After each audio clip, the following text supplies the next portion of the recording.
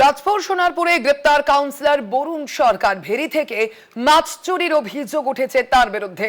বরুণ সরকারকে গ্রেপ্তার করা হলো ইতিমধ্যে। রাজপুর সোনারপুর থেকে গ্রেপ্তার কাউন্সিলর বরুণ সরকার। সুখদেব দে প্রতিনিধি রয়েছেন ফোন লাইনে। সুখদেব, ঠিক কি কি অভিযোগ রয়েছে তার বিরুদ্ধে?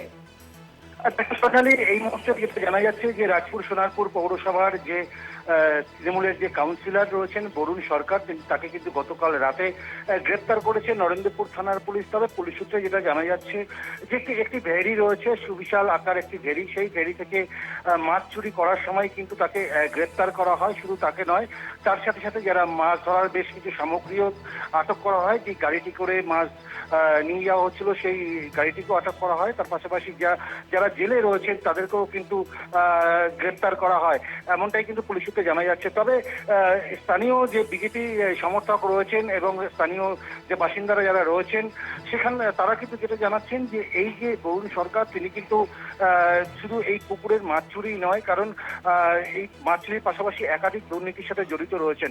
তবে তোমাকে আমি যেটা সূত্র মারফত যেটা জানা যাচ্ছে সেই সূত্র ধরে আমি তোমাকে যেটা বলতে পারি যে এই যে বরুণ সরকার তার 3 সাগরেদকে নিয়ে কিন্তু এই যে পুকুর, যে ঘেরি, সেই ঘেরি থেকে কিন্তু মাছ নিত। মূলত যে রাজপুর সোনারপুর পৌরসভার যে উন্নয়ন কমিটি রয়েছে সেই উন্নয়ন কমিটির নাম করেই কিন্তু এই পুকুরটি তারা চাষ করত। চাষ করার ফলে কিন্তু এলাকার মানুষ যখন তাকে জিজ্ঞাসা করতো যে এই পুকুরটি কি পারপাসে নেওয়া হলো, তখন তিনি কিন্তু উন্নয়ন সমিতির নাম করে এই যেই ফান্ড আসে সেই ফান্ডটা উন্নয়ন সমিতির কাজেই লাগানো হবে। কিন্তু আজ পর্যন্ত কিন্তু সেই উন্নয়ন এলাকার কিছুই হয়নি।